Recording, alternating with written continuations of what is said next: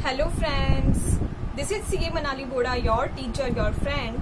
I hope आप सब लोग अच्छे होंगे एंड आपकी स्टडी भी अच्छे से चल रही होगी। तो फ्रेंड्स, जैसा कि आपको वीडियो के टाइटल से ही पता लग गया होगा, आज हम डिस्कस करने वाले हैं कि हम लॉ को कैसे प्रिपेयर करें जिससे कि हम उसमें अच्छे मार्क्स स्कोर कर सकें। तो फ्रेंड्स, आज मैं आपको कुछ इंपॉर्टेंट टिप्स देने वाली हूँ लॉ के regarding. Most of the students के कुछ कॉमन डाउट्स होते हैं कि हम लॉ को कैसे प्रिपेयर करें, कैसे रिवाइज करें, पेपर में कैसे प्रेजेंट करें और कैसे हम अच्छे मार्क्स स्कोर कर सकते हैं, कितना हमें इंस्टीट्यूट की लैंग्वेज को यूज करना है, शॉर्ट नोट्स कैसे प्रिपेयर करें, सेक्शंस कितने लर्न करें। तो ये सब डाउट्स के आपको आज सॉल्यूशन मिलने वाला है। तो ये वीडियो डेफिनेटली आपके लिए बहुत यूजफुल होगा। अगर आपको ये अच्छा लगे तो अपने फ्रेंड्स के साथ में भी शेयर जरूर करें। चाहे आप सीए कर रहे हैं, चाहे आप सीएमए कर रहे हैं, चाहे आप सीएस कर रहे हैं, सबके लिए ये वीडियो यूजफुल रहने वाली है। तो अब हम अपनी वीडियो को स्टार्ट करते हैं। तो friends, most of the students क्या करते हैं कि थ्योरी को एकदम लाइट लेते हैं, लेकिन जैसे प्रैक्टिकल सब्जेक्ट को पूरा डेडिकेशन के साथ प्रिपेयर करते हैं, उसके क्वेश्चन सॉल्व करते हैं, वैसे थ्योरी को रीड नहीं करते हैं। तो सबसे बड़ी गलती होती है थ्योरी को लाइट लेना। तो फ्रेंड्स, ऐसा नहीं हो सकता कि एक बार आपने थ्योरी को जस्ट रीड कर लिया, लर्न कर लिया एंड आप पेपर में जाके उसको लिख दोगे तो अच्छे मार्क्स स्कोर कर लोगे। थ्योरी को प्रिपेयर करने से लेकर पेपर में अटेंड करने तक बहुत से स्टेप्स आपको फॉलो करने होते हैं। अगर आप ये स्टेप्स फॉलो कर रहे हो तभी आप लॉ में अच्छे मार्क्स स्कोर कर सकते हो। तो फ्रेंड्स, आज मैं आपको 4 पॉइंट्स पे बात करने वाली हूँ। फर्स्ट, हम ये डिस्कस करेंगे कि हम लॉ को रीड कैसे करें, मतलब जो फर्स्ट रीडिंग होती है वो आपको कैसे करनी है। सेकेंडली, हम ये देखेंगे कि हम जब लॉ को एक बार हमने प्रिपेयर कर लिया तो हम उसको रिवाइज कैसे करें। थर्ड, हम ये देखेंगे कि हम एग्जामिनेशन में कैसे उसको लिख के आना है। और फोर्थ, हम कुछ अदर पॉइंट्स पे बात करेंगे। तो फ्रेंड्स, सबसे पहले हम लॉ को रीड कैसे करें, मतलब जब आप फर्स्ट रीडिंग कर रहे हो तब आपको लॉ को कैसे रीड करना है। तो फ्रेंड्स, सबसे इंपॉर्टेंट बात, अगर आप कोई भी सेक्शन पढ़ते हो लॉ के अंदर तो उसमें क्या करो कि आप डायग्राम्स और चार्ट प्रिपेयर करो। जैसा कि आपको पता है, मैं डायरेक्टर चैप्टर का रिवीजन करवा रही हूँ, तो मेरे जो भी रिवीजन नोट्स हैं टेलीग्राम चैनल के अंदर जो अपलोड किए मैंने, तो आपने देखा होगा कि मैंने हर एक सेक्शन को एक डायग्रामेटिक फॉर्म के अंदर प्रेजेंट किया है। जैसे कि number of director, for example किसी कंपनी में कितने नंबर ऑफ डायरेक्टर्स होने चाहिए। तो पब्लिक कंपनी में 3, प्राइवेट में 2, ओपीसी में 1। इस साइड मैंने लिख दिया मैक्सिमम 15 होने चाहिए। दोनों के एक्सेप्शन मैंने लिख दिए। इसके हो गए government company and section 8 companies, और इसका हो गया सेक्शन 8 कंपनीज, मतलब मिनिमम वाले का हो गया सेक्शन 8 कंपनीज। तो इस तरीके से जब आप उसको राइट डाउन करोगे तो एकदम आपके दिमाग के अंदर उसकी एक पिक्चर बन जाएगी और आपको आसानी से वो रिटेन रहेगा। तो फर्स्ट टिप तो ये थी कि आप डायग्राम्स और चार्ट में प्रिपेयर करें और वैसे एकदम समझ के डायग्राम ड्रॉ करें जिससे आपकी रिटेंशन उसको लॉन्ग टर्म के लिए रहेगी। ठीक है फ्रेंड्स।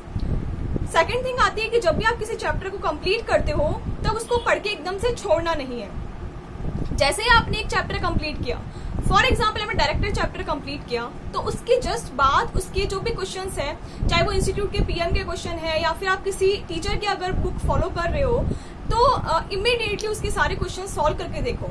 जैसे प्रैक्टिकल सब्जेक्ट में हम क्वेश्चन सॉल्व करते हैं, वैसे ही लॉ के अंदर क्वेश्चन सॉल्विंग बहुत इंपॉर्टेंट होती है। उससे हमारा माइंड ओपन होता है कि हमें कैसे किस कॉन्सेप्ट को कहाँ पर अप्लाई करना है। तो फ्रेंड्स, प्रैक्टिकल सॉल्व करना भी बहुत ज्यादा जरूरी है। थर्ड थिंग कि जब भी आप लॉ रीड करते हो तो उसमें जितनी भी इंपॉर्टेंट कीवर्ड्स हैं, प्लस जो भी लिमिट्स हैं या जो भी वहां पर टाइम लिमिट है, चाहे वो फॉर्म नंबर है, सेक्शन नंबर है, जो भी इंपॉर्टेंट थिंग्स है उनको आप क्या करो, हाईलाइटर से हाईलाइट कर दो, ताकि आप जब रिवीजन करो तब वो आपको हाईलाइट जो पोर्शन है वो अलग से दिख जाए।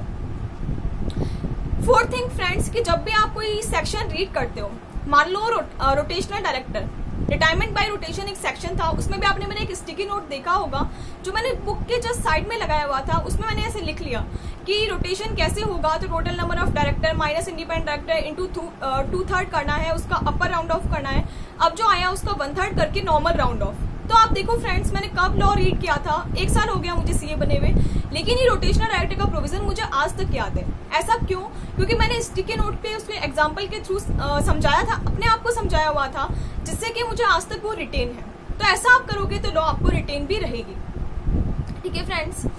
तो शॉर्ट नोट कैसे प्रिपेयर करने हैं इसके लिए मैं आपको वापस से नहीं बताने वाली, क्योंकि इसके रिगार्डिंग मैंने एक वीडियो बनाया था जिसकी लिंक मैंने डिस्क्रिप्शन बॉक्स में प्रोवाइड की है। अगर आपने वो वीडियो नहीं देखा है तो वहां से जाके देख सकते हो। शॉर्ट नोट मेकिंग बहुत ज्यादा इंपॉर्टेंट होती है, क्योंकि अगर आपने शॉर्ट नोट नहीं प्रिपेयर किए हुए तो आप उसको 1 डे बिफोर एग्जाम रिवाइज नहीं कर पाओगे। चाहे आपको सब कुछ आता है, लेकिन 1 डे बिफोर एग्जाम आपके पास में शॉर्ट नोट्स होने चाहिए, तभी आप उसको अच्छे से रिवाइज कर पाओगे। नेक्स्ट बात आती है सेक्शन नंबर की। अब हमें सेक्शंस कितने याद रखने हैं? तो फ्रेंड्स, अगर हम सीए फाइनल की बात करें तो आपका जो लॉ है उसमें एक कॉर्पोरेट लॉ होता है, एक इकोनॉमिक लॉ या अलाइड लॉ होता है। तो जो भी कॉर्पोरेट लॉ के सेक्शंस हैं वो आपको जितना हो सके उतना याद रखना है। जैसे डायरेक्टर चैप्टर हो गया, डिविडेंड चैप्टर हो गया, ऑडिट एंड अकाउंट्स हो गया, या फिर ट्रिब्यूनल वाले कुछ चैप्टर्स हो गए, इसके सेक्शंस तो आपको याद रखने ही है। इसके अलावा जैसे वाइंडिंग अप है या प्रोड्यूसर कंपनी है, इसके भी सेक्शंस आप याद रखने की कोशिश करो फ्रेंड्स। मुझे सारे सेक्शन याद थे लॉ के अंदर, क्योंकि मैंने क्या किया था। हाँ, एक और टिप देती हूँ मैं आपको इसके रिगार्डिंग। जो भी सेक्शन नंबर है, जो भी लिमिट्स हैं, जैसे 1/3 और 2 विच एवर इज हायर, ये कोरम की लिमिट हो गई, या फिर 10,000 और 15,000, ऐसे कुछ बहुत सारी लिमिट्स होती है इसके लॉ के अंदर। वो लिमिट्स प्लस सेक्शंस प्लस जो भी फॉर्म्स है, फॉर्म नंबर है, जैसे कि DIR 12 हो गया, DIR 8 हो गया, DIR 2 हो गया, जो डायरेक्टर को सबमिट करने होते हैं। तो आप सारे सेक्शंस, सारे चैप्टर्स के जो भी सेक्शंस हैं, प्लस जो फॉर्म नंबर है, प्लस जो लिमिट्स हैं, वो सारे आप एक चार्ट बना करके अच्छे से अपनी वॉल पे लगा लो, और आपको डेली बेसिस पर रिवाइज करना है। डेली नहीं तो 2 और 3 डेज में तो रिवाइज करना ही है।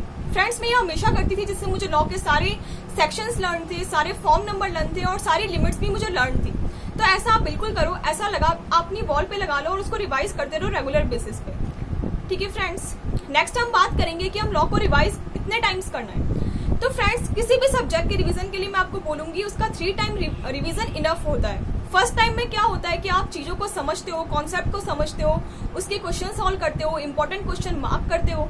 सेकंड रिवीजन में आप क्या करते हो, जो हाईलाइटेड वर्ड्स है उनको याद करते हो, तो कुछ रिटेन होना स्टार्ट होता है आपको। और साथ ही साथ जो फर्स्ट रिवीजन के ड्यूरिंग आपने क्वेश्चन मार्क किए थे उनको सेकंड रिवीजन में आप देखते हो। थर्ड रिवीजन के अंदर एकदम से रिटेन हो जाता है। तो फ्रेंड्स, 3 रिवीजन इनफ है। इससे ज्यादा अगर आप कर सकते हो तो जरूर करो, लेकिन 3 रिवीजन इनफ होता है। नेक्स्ट बात करेंगे हम पेपर राइटिंग की। तो फ्रेंड्स, जब भी आप एग्जामिनेशन में पेपर लिखते हो तो सबसे पहले आप उसका प्रोविजन लिखो। जैसे कोई भी केस स्टडी आई तो उसका प्रोविजन लिखो कि प्रोविजन क्या है लॉ के अंदर, उसमें सेक्शन मेंशन करो, सेक्शन को अंडरलाइन करो, फॉर्म नंबर है तो फॉर्म नंबर को अंडरलाइन करो, कुछ इंपॉर्टेंट लिमिट्स है तो उसको भी अंडरलाइन करो। पेपर के अंदर ज्यादा टाइम वेस्ट नहीं करना है, जो ब्लैक पेन से आप लिख रहे हो उसी से अंडरलाइन कर दो। ठीक है। एंड फ्रेंड्स, उसके बाद में उसके फैक्ट्स लिखो, देन उसका जो कंक्लूजन है वो लिखो। ठीक है फ्रेंड्स, लेकिन अगर आपके पास इतना टाइम नहीं है या फिर जो क्वेश्चन है वो बहुत कम मार्क्स का है, तो उसमें आप क्या करो, प्रोविजन लिख दो और फैक्ट्स और कंक्लूजन वाला पार्ट आप साथ में मिक्स करके भी लिख सकते हो। इसके अलावा फ्रेंड, आपको जो भी प्रेजेंटेशन करनी है पेपर के अंदर वो पॉइंट वाइज करनी है। पैरा वाइज प्रेजेंटेशन दिखने में अच्छी नहीं दिखती है, तो आप पॉइंट्स में प्रेजेंटेशन करो, या फिर जो डायग्राम्स है वो प्रिपेयर कर सकते हो आप। इसके अलावा अगर कोई प्रैक्टिकल क्वेश्चंस आता है तो उसको टेबुलर फॉर्म के अंदर भी आप प्रेजेंट कर सकते हो। स्टेप वाइज प्रेजेंटेशन हो सकती है, स्टेप 1, 2, 3 अगर कोई प्रैक्टिकल क्वेश्चन है तो, या फिर केस 1, केस 2, जैसे कि 4 सब पार्ट में कोई क्वेश्चन आया है तो केस 1 में ये होगा, केस 2 में ये होगा। तो इसमें आप क्या करो, अगर वो केस 1, 2 वाला क्वेश्चन होता है तो केस 1 के रिगार्डिंग ये प्रोविजन है, प्लस उसका जो ये दिया गया है उस केस में क्या होगा, फैक्ट्स एंड उसका कंक्लूजन लिखो। फिर केस 2 का लिखो, फिर केस 3 का लिखो, फिर केस 4 का लिखो। इस तरीके से आपकी प्रेजेंटेशन भी अच्छी होनी चाहिए। ठीक है फ्रेंड्स, नेक्स्ट हम बात करेंगे कि जो भी आपने सेक्शंस कोट किए हैं या फिर जो भी आपने फॉर्म नंबर कोट किए हैं, या तो उसको अंडरलाइन कर दो या फिर आप उसको बॉक्स में भी डाल सकते हो। तो इस तरीके से आप अपने पेपर में प्रेजेंट करो लॉ को, डेफिनेटली आप अच्छा स्कोर कर पाओगे। अब हम बात करेंगे कुछ अदर पॉइंट्स पे। तो फ्रेंड्स, सबसे पहली बात तो ये कि हमारा ये कॉमन डाउट होता है कि हमें इंस्टीट्यूट की लैंग्वेज को किस एक्सटेंट तक यूज करना है। तो फ्रेंड्स, एकदम से आपको छापने की जरूरत नहीं है जो बेयर एक्ट की लैंग्वेज है वो, लेकिन आपको एकदम भी लेमैन लैंग्वेज में भी नहीं लिखना है। टेक्निकल वर्ड्स आपके आंसर में होने चाहिए। उसके अलावा आप अपने टेक्निकल टर्म्स के अलावा खुद के वर्ड्स को यूज कर सकते हो। एंड फ्रेंड्स, हिंदी मीडियम जो स्टूडेंट्स हैं उनका डाउट रहता है कि 60% हिंदी में लिखो, 40% इंग्लिश में लिखो। ऐसा कुछ भी नहीं है फ्रेंड्स। अगर आप हिंदी मीडियम से हो तो आपने हिंदी मीडियम इसीलिए लिया क्योंकि आपको हिंदी आती है, फर्स्ट थिंग। ठीक है, तो उसके अंदर जो भी टेक्निकल वर्ड्स है, टेक्निकल टर्म्स है, उसको आप आराम से इंग्लिश में लिख सकते हो। बाकी की जो थोड़ी बहुत लैंग्वेज है वो आप हिंदी में लिखो, ठीक है। तो टेक्निकल टर्म्स को आप इंग्लिश में लिखो, बाकी का जो है वो आप हिंदी में लिख सकते हो, ठीक है फ्रेंड्स। और अगर कंप्लीटली हिंदी लिखते हो तो ठीक है, वो भी चलेगा।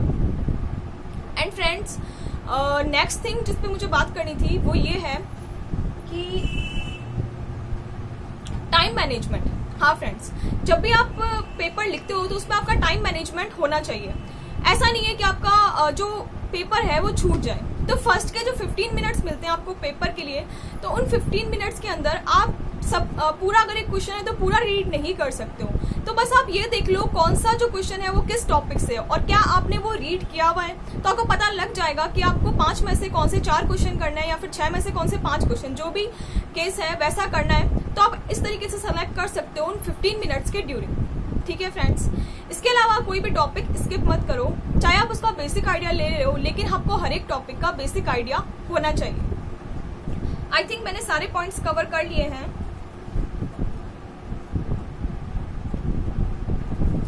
तो फ्रेंड्स, ये कुछ टिप्स थी लॉ के रिगार्डिंग, जिसमें मैंने फर्स्ट आपको बताया रीडिंग कैसे करनी है, सेकंड हमने ये देखा रिवाइज कितने टाइम्स करना है और कैसे करना है, थर्ड हमने देखा पेपर में प्रेजेंट कैसे करना है, फोर्थ मैंने आपको कुछ अदर टिप्स प्रोवाइड की। अगर आप इसको फॉलो करते हो तो आप लॉ में डेफिनेटली अच्छा स्कोर कर पाओगे। तो आज के वीडियो में इतना ही। अगर आपको अच्छा लगा तो मेरे चैनल को लाइक, शेयर एंड सब्सक्राइब जरूर करना। तो stay positive, always believe in your self. All the best.